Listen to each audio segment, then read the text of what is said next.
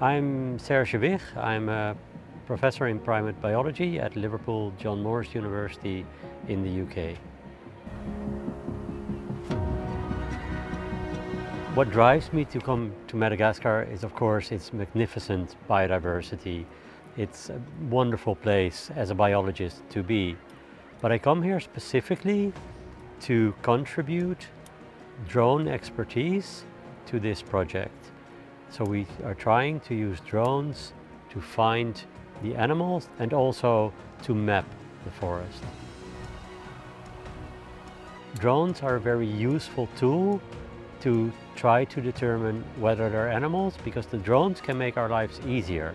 They can fly over a hill, they can fly far away, and it saves us time and effort. We've been using drones in various countries like Malaysia, Indonesia, Mexico, to find primates, and we use thermal cameras for that. So we try to detect the body heat of animals and find them through that, and that's in a very effective way to establish whether animals are there or not. One of the aspects of this project is to share the expertise that we have with the younger generation.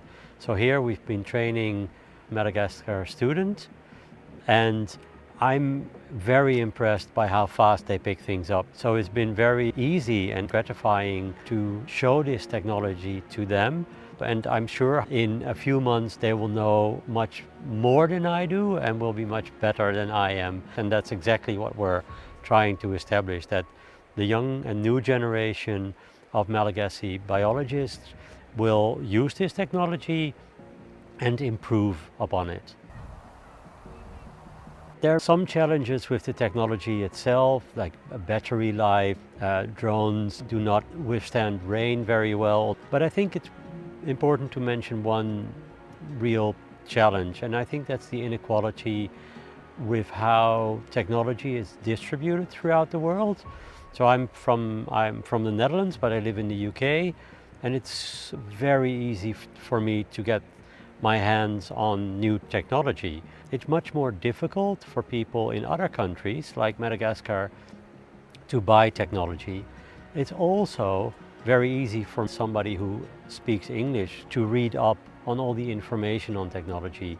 For somebody from Madagascar who maybe speaks French, but maybe not, and only Malagasy, it will be much more difficult because the manuals are not in Malagasy. And I think these hurdles are very important to overcome, because for conservation it's important that as many people in the world can use this technology, and to do that we really need to assure that it's available to everyone in the world and not only for those that speak English or French. And that's a long way that we need to go, but I feel it's incredibly important to try to do so and try to contribute to that.